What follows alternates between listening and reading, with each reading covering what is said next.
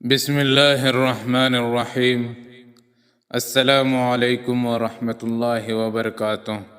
حضرت ابو ہریرہ رضی اللہ عنہ سے روایت ہے کہ رسول اللہ صلی اللہ علیہ وسلم نے فرمایا، وہ آدمی ذلیل ہو، وہ خوار ہو، وہ رسوا ہو۔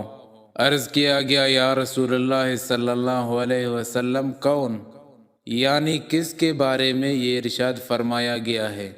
آپ صلی اللہ علیہ وسلم نے فرمایا، وہ بد نصیب جو ماں باپ کو یا دونوں میں سے کسی ایک کو بڑھاپے کی حالت میں پائے، پھر ان کی خدمت اور ان کا دل خوش کر کے جنت حاصل نہ کر لے۔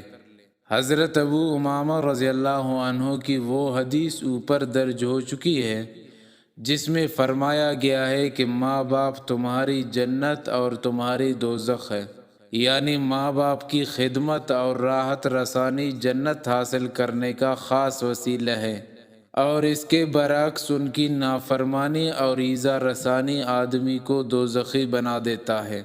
پھر یہ بھی ظاہر ہے کہ جب ماں باپ بڑھاپے کی عمر کو پہنچ کے اذکار رفتہ ہو جائے تو اس وقت وہ خدمت اور راحت رسانی کے زیادہ محتاج ہوتے ہیں، اور اس حالت میں ان کی خدمت اللہ تعالیٰ کے نزدیک نہایت محبوب اور مقبول عمل اور جنت تک پہنچنے کا سیدھا زینہ ہے۔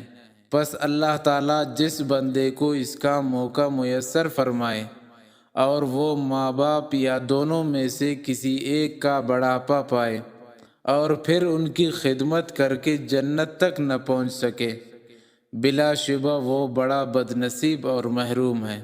اور ایسوں کے حق میں رسول اللہ صلی اللہ علیہ وسلم کا فرمانا کہ وہ نامراد ہو، ذلیل و خوار ہو، رسوا ہو۔